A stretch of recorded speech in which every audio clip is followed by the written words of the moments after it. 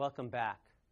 We're up to the set of amendments in the 1960s, the most recent really set of amendments, and the 23rd and 24th amendments fit very nicely into our general story. The 23rd Amendment brings the District of Columbia into the electoral college system. Remember, the electoral college system is one in which different states are assigned electoral votes based on their population, originally connected to the 3/5 clause, but with the end of slavery, the 3/5 clause has dropped away. But the electoral college system is one in which states are basically the fundamental units for determining presidential elections. And the 23rd Amendment says, well, we're going to allow D.C. to be part of that electoral college system. It's not going to be a state for the House of Representatives. It's not going to be a state for the Senate, but we are going to allow it to have a few electoral votes, as if it were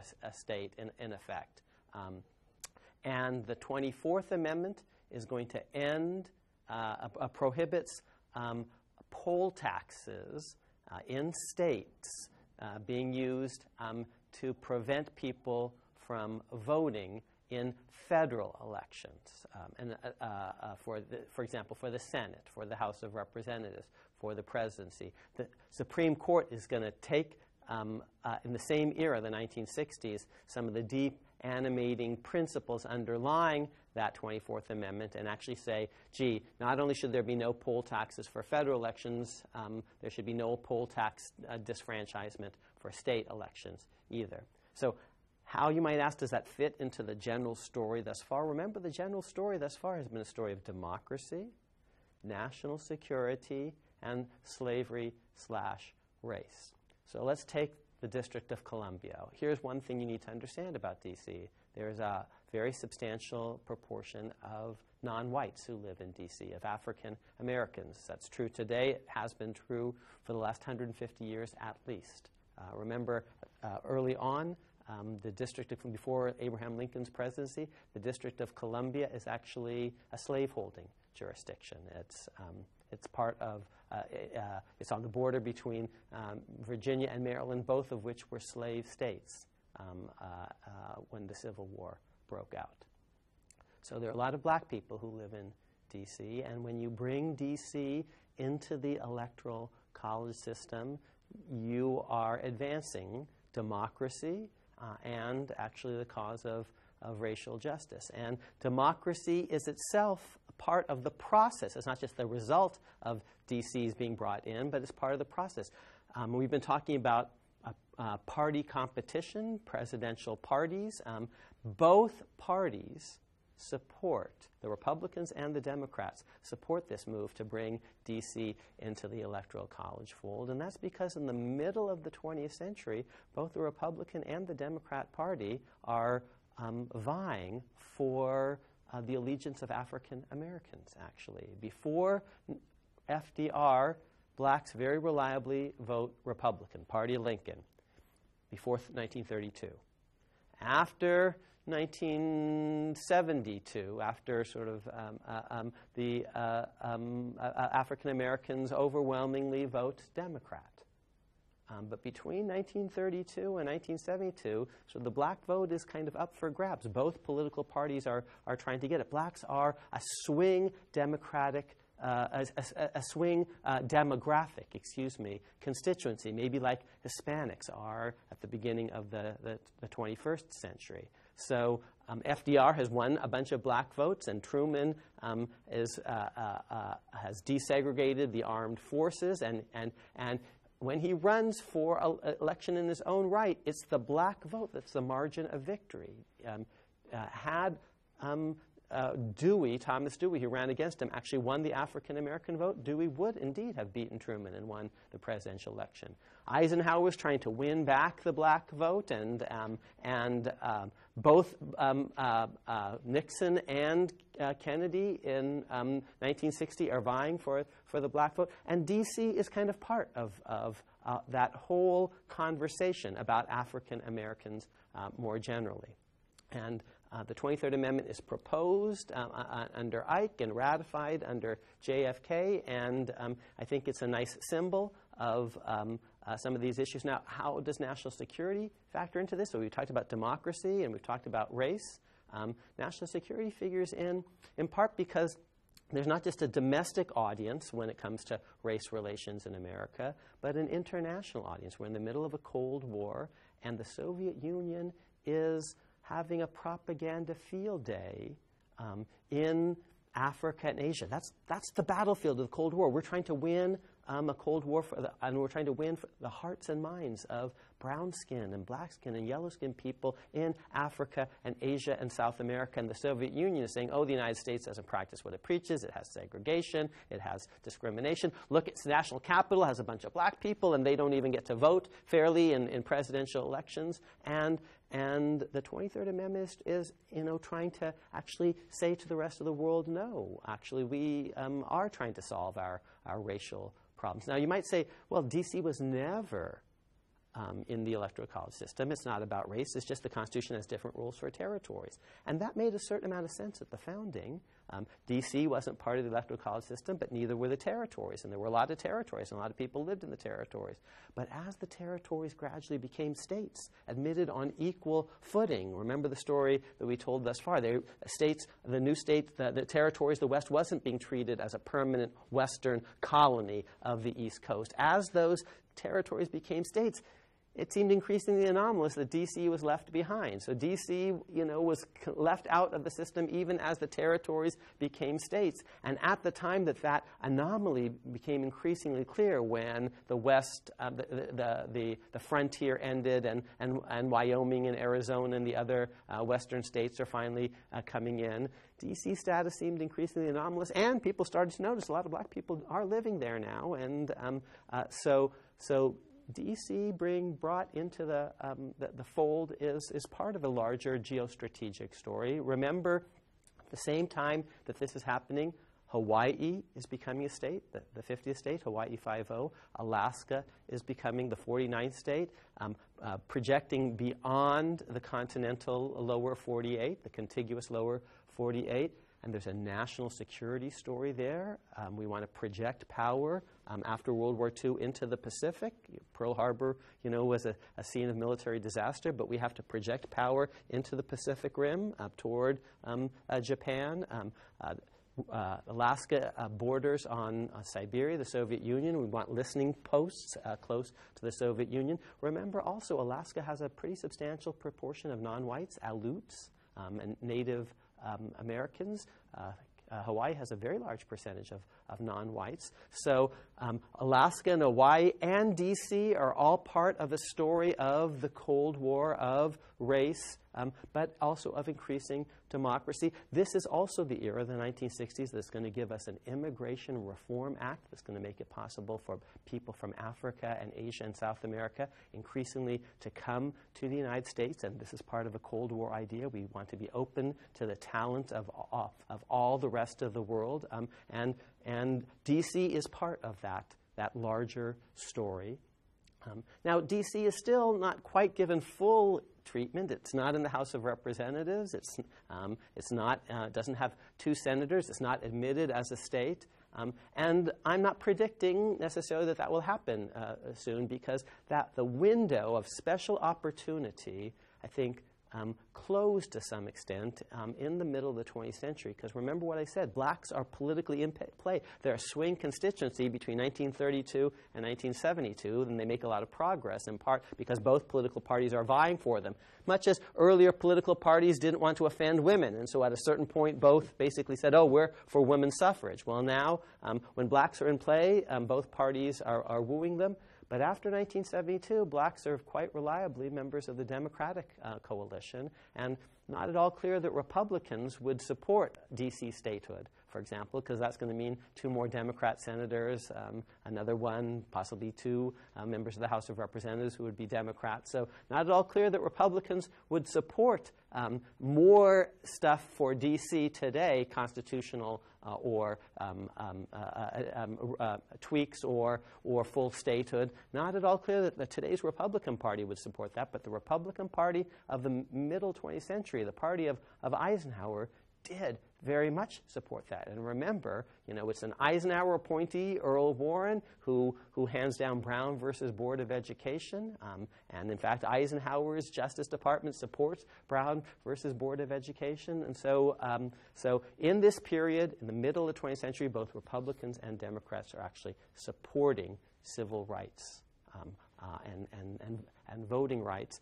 And that takes us very naturally to the next amendment, which is about voting rights. And it's an amendment that says states shouldn't have poll taxes that prevent people, because they can't pay those taxes, from voting in federal elections. Remember, under the original Constitution, you get to vote for the House of Representatives if you can vote for your state legislature. So state law sort of defines in the first instance who's eligible to vote, even for Congress. Remember, states regulate how the presidential electors are to be selected. It's a state-defined electorate that picks senators under the 17th Amendment, the Direct Election Amendment. And 24th Amendment said, well, for federal elections, the inability or the unwillingness to pay a poll tax should never be a basis for disenfranchisement. You should be allowed to vote whether you pay a tax or not. This is a grand egalitarian Republican idea, or small r Republican, small d Democrat. And both the Republican and the Democrat Party support this amendment.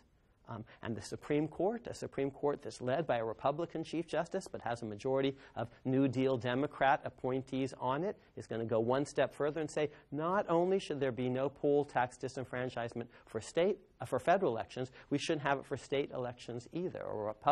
A Republican government, small r, should be a government of the people, res publica, the people's thing. Not the properties thing. It's not about money or taxes. It's about the people deciding whom they want to represent them. And so these amendments, the 23rd and the 24th, are powerful extensions of this democracy idea that we saw at the founding, that carried forward through the Reconstruction, that was further elaborated by, for example, the direct election of senators in the progressive era. So that general story continues with these amendments. And at the very same time that these amendments are being proposed, Republicans and Democrats in the middle of the 1960s are going to get together and pass an epic Voting Rights Act that further reinforces the idea of federal protection of voting rights, implementing the grand themes of the 14th Amendment and the 15th Amendment that had to some extent laid dormant. Because here's one thing, the dirty little secret that I didn't mention about poll taxes. Poll taxes are basically used in the former Confederacy. When in the 1960s, those are the only states that really have poll tax disenfranchisement, and they probably disenfranchise blacks disproportionately. And this amendment and the accompanying Supreme Court cases extending this amendment understood all of that. So definitely a story of race. And the Voting Rights Act of 1965, following on the heels of the Civil Rights Act of 1964, act supported by Republicans as well as Democrats, Party of Lincoln Republicans as well as Democrats that are trying to repudiate, new Democrats, the legacy of the old Democratic Party, which is about slavery and segregation. This coalition that gives you the Civil Rights Act of 64, the Voting Rights Act of 65, is doing so, again, in part with attention to a world stage, trying to persuade people of goodwill in Africa and Asia and South America that America actually is an open society that really does practice what it preaches, which is, after the 13th, 14th, and 15th Amendments, equality, which is, after the direct election of senators, an idea of equal voting and one person, one vote. And indeed, in this era, the Supreme Court is going to give us some landmark cases, which we're going to talk about much later in this lecture series, on the idea of one person, one vote. 25th Amendment. It's also about war, in particular a Cold War. After President Kennedy's assassination, Americans realized with sort of blinding clarity that the rules of presidential succession need to be modified. God forbid, had President Kennedy been in a coma, lingered for a long period of time, maybe in a persistent vegetative stage, something like that, it was not entirely clear how a vice president could pronounce a president sort of disabled to discharge the office and put himself forward.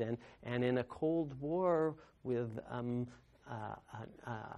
nuclear weaponry, minutes can matter. I mean, there always has to be someone ready to take charge, and the original Constitution didn't have a very elaborate system specifying who should declare a president disabled. It also said that if a president did die and the vice president came forward, the Constitution didn't provide a mechanism, a backup for creating a new vice presidency. So for 40 years of American history, before the 25th Amendment, America basically didn't have a vice presidency because the vice president had died and there was no way of filling that vacancy, or the vice president had resigned and there's no way of filling that vacancy, or a president had died and or resigned, become disabled, and the vice president had moved up into the presidency. Again, there's no way to fill the vacancy. The 25th Amendment plugs some of those gaps, and it's in part motivated by Cold War reality that minutes can count, even seconds can count, and there has to be a person capable of making decisive decisions at every moment. And the 25th Amendment says, look, if the president dies, the vice president actually officially becomes president. It made that clear. There was maybe an ambiguity about that. That had been our tradition, but the 25th Amendment makes that very clear. If a vice president becomes president because the president has died or resigned, that incoming president can fill the vice presidential vacancy, can nominate someone basically to be the new vice president, subject to special congressional confirmation process. And if a sitting president is going to undergo some planned surgery or something like that, know he's going to be out of action for a while, know he's going to be temporarily disabled, he can provide, the 25th Amendment provides a mechanism by which he can basically officially designate the vice president as the person in charge, and then when he recovers, take that back very easily, allowing seamless handoffs of power back and forth between president and vice president. It's a constitutionalization of the tag team idea, the ticket idea, that the president and vice president are going to work very closely together. Presidents are going to be picking their vice presidents under the 25th Amendment, as Richard Nixon will handpick Gerald Ford when the vice presidency becomes vacant, when Spiro Agnew resigns. And Ford, in turn, will pick Rockefeller when Gerald Ford becomes president. This is a kind of textualization of the idea that in the political parties, what's emerging is a tradition that the presidential nominee handpicks his running mate. That wasn't so clear for much of American history, but it's more clear today in political party practice. And in the text, there's this close working relationship between presidents and vice presidents. Presidents basically pick their running mates. Their running mates often succeed them. They're their wingman, and they can hand off power back and forth in cases of anticipated disabilities, let's say a planned surgery or something like that. One of the big areas of vulnerability, if all of this is true, we're going to talk in later lectures about whether the other rules of presidential succession, the statutory rules, make sense. Does it make sense if you really want presidents to hand over things very easily to the next in charge? Does it make sense that after the vice president, the next person in the statute is the Speaker of the House, who might be a member of the other party, rather than, say, the Secretary of State, who'd be part of the same presidential administration? In other words, does it make sense if something happens to both Ronald Reagan and George Herbert Walker Bush at the same time? Would it make sense to have, if something happened to these two Republicans, have Democrat Tip O'Neill take over rather than a Republican Secretary of State? If something happened to Obama and Biden, would it make sense for Boehner to take over rather than, say, John Kerry? That's something we're going to come back to in later lectures. The 26th Amendment which is also a product, it seems to me, of our great themes of race, democracy, and national security. The 26th Amendment says that 18-year-olds get to vote. And they have a constitutional right to vote, not to be discriminated on grounds of youth. And a couple of things. One, young adults are actually in America in recent history have been more likely demographically to be non-white. So this is actually an amendment that brings more non-whites into the process proportionally, just as getting rid of poll taxes has a racial effect that's racially inclusionary. It's an expansion of democracy. Both political parties actually were in favor of it. So both parties were sort of competing for the young American vote in the way that they earlier competed for the woman's vote, and were competing for the black vote in the middle of the 20th century, are now competing for the Hispanic vote, swing constituencies. And what's the larger story? Obviously, Vietnam.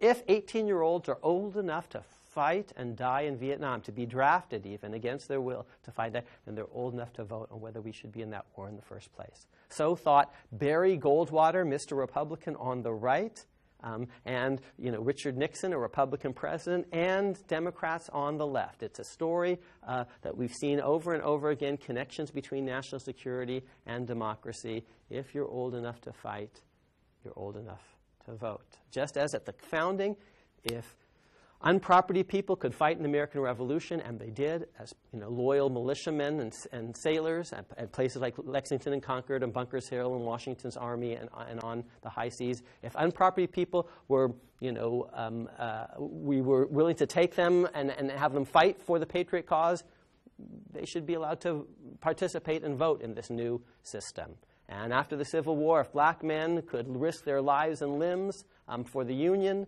they should be allowed to vote. And that's the 15th Amendment, and we saw that dramatic picture.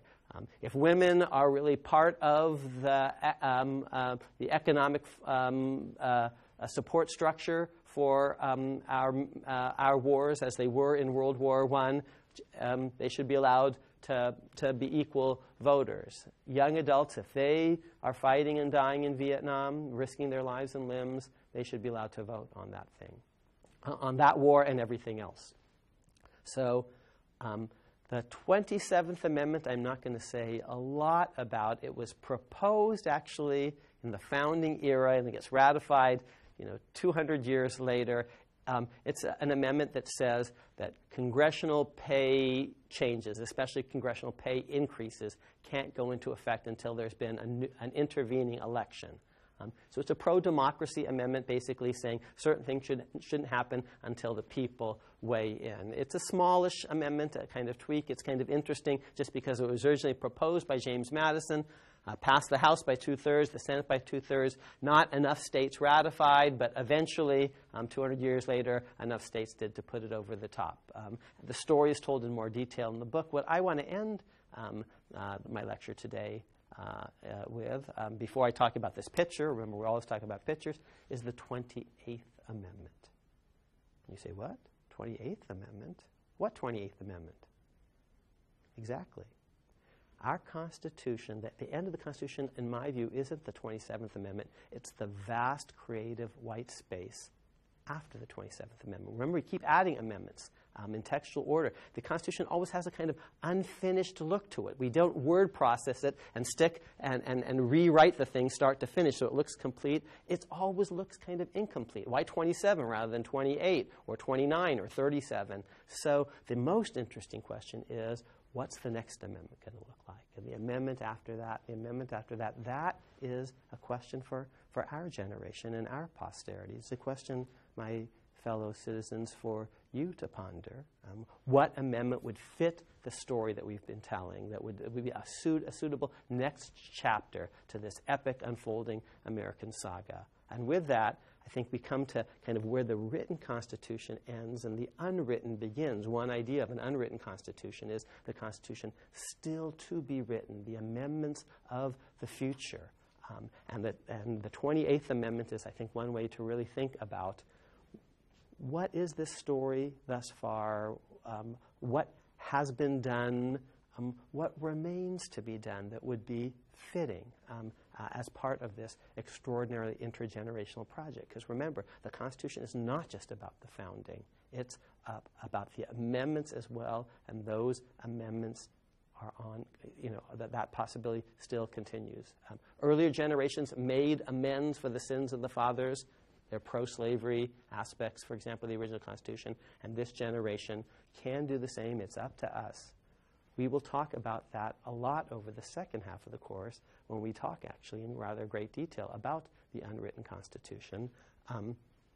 But for now, I just want to close this lecture with this picture. This is a picture of the March on Washington in 1963. And note how it's a continuation, really, of the story we've told thus far. We began Chapter 1 with the preamble, we the people, ordinary people getting to decide how they and their posterity would be governed, getting to vote, getting to deliberate, discuss, participate. Extraordinary. And then we had images of freedom of speech and debate in the early Congresses. Henry Clay speaking with Daniel Webster and John C. Calhoun and the gallery listening. And then we talked about how in the Civil War, black men risked their lives and limbs for the Union, and in the process won the full rights of political participation, not just freedom with the 13th Amendment, but civil equality in the 14th and voting rights in the 15th. And then we saw in the last chapter women taking to the streets and demanding full and equal justice, demanding suffrage rights. And the story continues here with another group of Americans taking to the streets to demand freedom and an end to bias, equal rights now, integrated schools now, an end to police brutality now. Some of the demands, you see, they're almost ripped from the headlines. Some of the same issues are the issues of 2013. I'm actually giving this lecture at a time of the 50th anniversary, really, of the March on Washington. This was 1963, 50 years ago. And that story, ordinary people taking to the streets, appealing to their fellow citizens. This is where Martin King gives that famous I Have a Dream speech. This is the day which he does that. And both Republicans and Democrats are marching, blacks and whites, men and women, Jews and Gentiles, gays and straights, not as many openly gay, but some of the people actually in charge of this march were, in fact, gay, we now know. And they spoke. Americans listened. The result of this taking to the streets will be epic constitutional achievements, some statutory, some in the case law, like the Civil Rights Act of 64, the Voting Rights Act of 1965, landmark Warren Court opinions on just some of these issues. We will talk a lot more about some of that in the second half of this course as we explore America's unwritten Constitution. So I hope to see you for that. Stay tuned.